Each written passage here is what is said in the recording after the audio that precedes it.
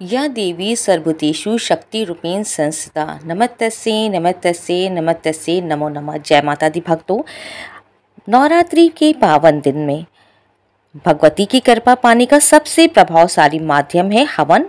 ये न केवल वातावरण को शुद्ध करता है बल्कि हमारी आस्था और भक्ति को भी प्रकट बनाता है। सही विधि से किया गया हवन देवी भगवती की कृपा को शीघ्र आकर्षित करता है और सभी कष्टों का नाश भी करता है। तो आइए जानते हैं कि नवरात्रि में हवन करने की सरल और सही विधि क्या है। हवन करने का शुभ मुहूर्त क्या है। नवरात्रि में बहुत से लोग अष्टमी तिथि के दिन तथा बहुत से लोग नवमी दिन तिथि के दिन हवन करते हैं। हवन कन्या पूजन से पहले कर लेना चाहिए। जिस भी दिन आपको कन्या पूजन करना है उससे पहले आपको हवन कर लेना चाहिए। जिस दिन आप हवन करने जा रहे हैं उससे पहले आप नियमित रूप से भगवती की पूजा अर्चना कर लीजिए और उसके बाद में आप हवन कीजिए। हवन करने के बाद ही आपको कन्याओं को भोग के लिए आमंत्रित करना चाहिए। नवरात्रि में हवन करना देवी माँ को प्रसन्न करने का सबसे प्रभावशाली और पावन माध्यम है। ये न केवल हमारे घर और वातावरण को शुद्ध करता बल्कि नेगेटिविटी को भी खत्म करता है। लेकिन हवन करते समय सही विधि मंत्र नियमों का पालन करना अवश्य होता है। हवन करने से पहले हमें कुछ महत्वपूर्ण सामग्री एकत्रित करनी होती है, जैसे कि हवन कुंड। अगर हवन कुंड नहीं है तो तांबे, पीतल, स्टील या फिर मिट्टी की चौड़ी थाली का भी आप उपयोग कर सकते हैं। अगर ये सब भी ना हो तो आप ज़मीन पर भी ईंटें बिछाकर उसके ऊपर आम की पवित्र लकड़ियां रखकर और उसके बाद आप हवन कर सकते हैं। हवन करने के लिए आम या पीपल की सूखी लकड़ियां, कपूर, देसी घी, गूगल, चंदन, लौंग फूल वाली रखिएगा। हवन संविदा जो खास जड़ी बूटियों से बनी हुई है। सामग्री का उपयोग करते हैं पंचमेवा, काले तिल, जौ, चावल, गूगल, बेलपत्र, शुद्ध गंगा जल और फूल। श्री दुर्गा सप्तशती या हवन मंत्रों की पुस्तक से हवन करना चाहिए। हवन करने से पहले शुद्ध सफ़ेद या लाल वस्त्र धारण कर ले। हवन के स्थान को गंगा जल से छिड़क के शुद्ध कर लेना चाहिए। उत्तर या पूर्व दिशा की ओर मुंह करके बैठें। हवन स्थल पर देवी माँ की मूर्ति या चित्र रखें। हवन में बैठने वाले सभी लोग के शुद्ध और श्रद्धा के साथ ही विराजमान रहें। सबसे पहले हवन कुंड में सूखी हुई लकड़ियाँ रखें जिसमें घी और कपूर डाल के अग्नि प्रज्वलित कर लें। हवन सामग्री में गूगल, काले तिल, अक्षत और पंचमेवा मिलाएं। फिर ओम भूर्भुवः स्वः कहकर जल, अक्षत और पुष्प अर्पित करें। फिर गणेश भगवान की वंदना करें। ओम गंग गणपतये नमः। नवग्रह की शांति के लिए आहुति दें, जिसमें सूर्य देव के लिए आहुति मंत्र है ओम हंग ह्रींग हंग स सूर्य नमः स्वाहा। चंद्र देवता के लिए ओम शंग श्रृंग श्रोंग स चंद्रमाय नमः स्वाहा। मंगल देव के लिए ओम क्रंग क्रीं क्रोम स भौमाय नमः स्वाहा। बुध देव के लिए ओम भ्रम भ्रीम भ्रोम स बुद्धाय नमः स्वाहा। गुरु यानी बृहस्पति देव के लिए ओम गंग ग्रीं ग्रो स गुरुद्वे नमः स्वाहा। शुक्र देव के लिए ओम दंग दंग द्रो स शुक्राय नमः स्वाहा। शनि देव के लिए ओम प्रंग प्रीम प्रोम स शनिचराय नमः स्वाहा। राहु ग्रह के लिए ओम भ्रम भ्रीम भ्रम स राहुवे नमः स्वाहा। केतु ग्रह के लिए ओम क्रंग क्रीं क्रों स कैतुआय नमः स्वाहा। हर ग्रह के आहुति के बाद हवन कुंड में सामग्री डालें और संकल्प ले कि नवग्रह शांत हो और शुभ फल प्रदान करें। अब माँ भगवती की सभी 9 रूपों के आपको बीज मंत्रों के साथ ही आहुति देनी है।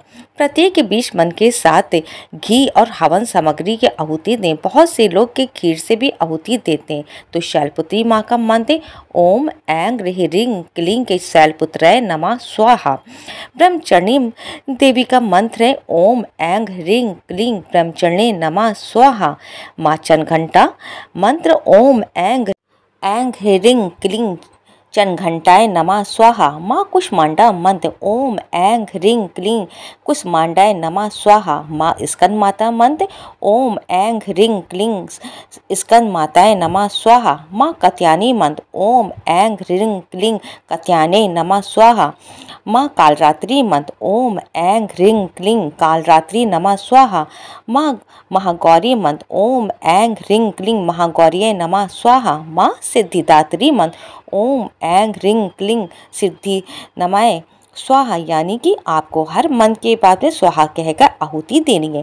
इन सभी मंत्रों के साथ साथ आप ओम ऐं ह्रीं क्लीं चामुंडे विच्चे स्वाहा इस मंत्र का 11 या 21 बार आहुति दे सकते हैं।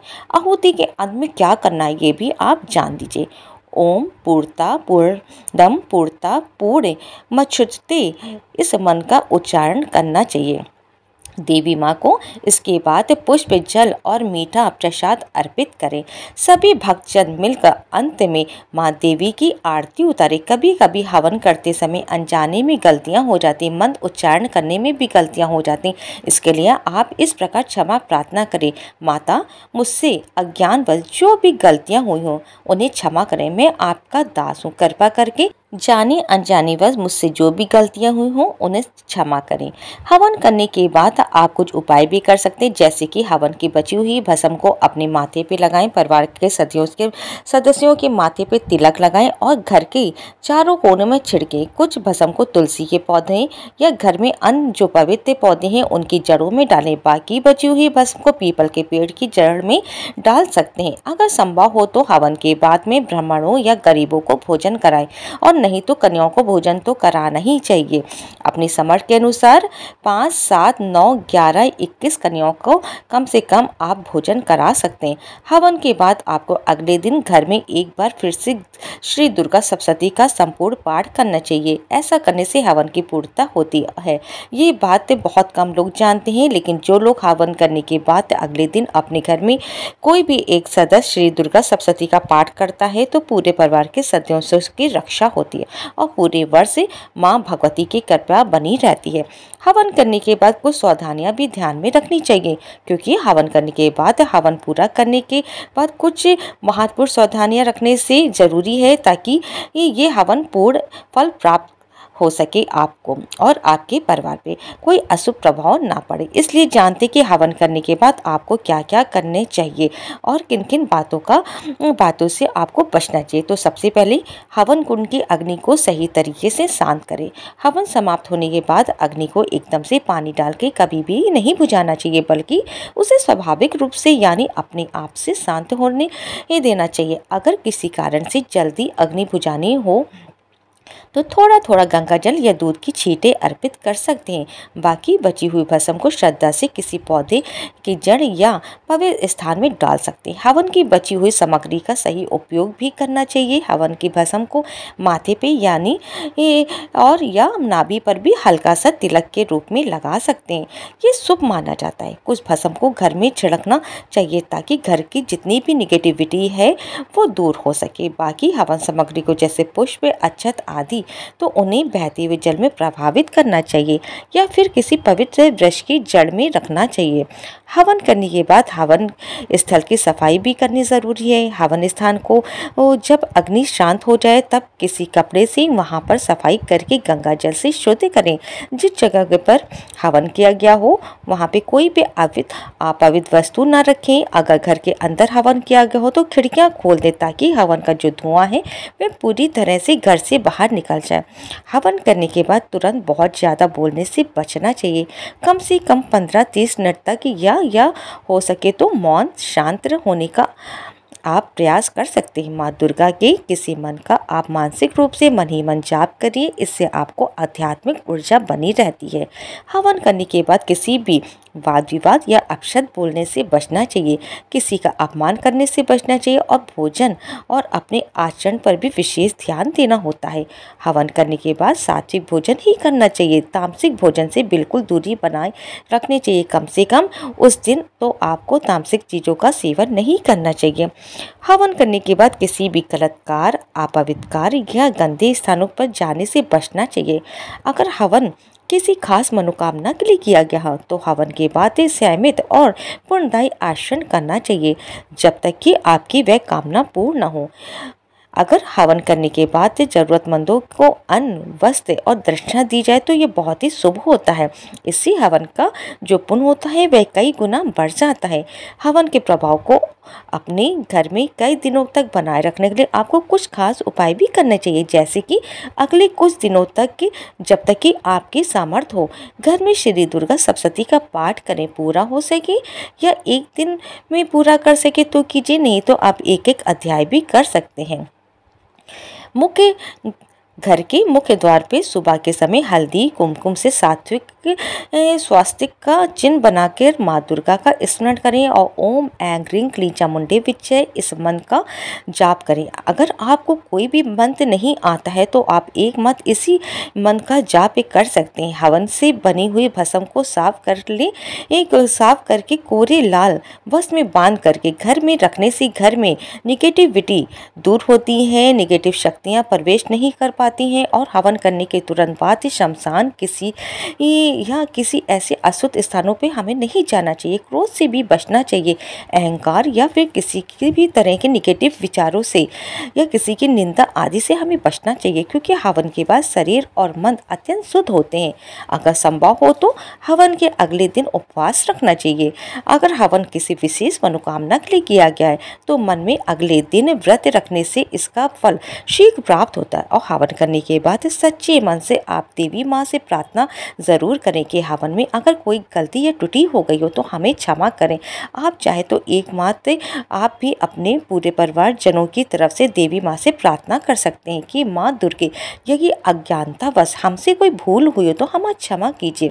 आप कृपा करके मेरे परिवार घर और जीवन में सुख शांति और समृद्धि बनाए रखें। इस प्रकार से आप नवरात्रि के दिनों में अपने घर पर बहुत ही सरल आसान विधि से हवन कर सकते हैं।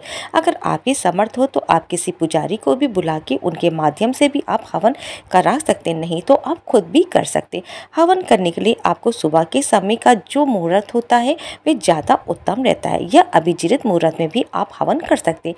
अष्टमी या नौमी तिथि में खास तौर पर जब लोग के हवन करते हैं तो क्योंकि कन्या पूजन से पहले आपको हवन करना चाहिए, तो आपके पास जब भी समय हो सुबह सूर्योदय से लेकर दोपहर तक मध्याह्न तक आप हवन कर सकते हैं, पूजन कर सकते हैं। ये थी आज की वीडियो। अगर आपको मेरे द्वारा बताई हुई जानकारी अच्छी लगी हो तो ज़्यादा से ज़्यादा शेयर कीजिए, क्योंकि ये भी एक शुभकार होता है। किसी को सही बात का ज्ञान देना और सही समय पे उस बात को बताना भी माता की सेवा के समान होता है। इससे भी आपको पुण्य फल की प्राप्ति होती है। वीडियो को ज़्यादा से ज़्यादा शेयर कीजिए, लाइक कीजिए। चैनल पर फर्स्ट टाइम आए हैं तो चैनल को सब्सक्राइब करके कमेंट में आप जय माता दी अवश्य लिखिए। जय माता दी, जय माता दी।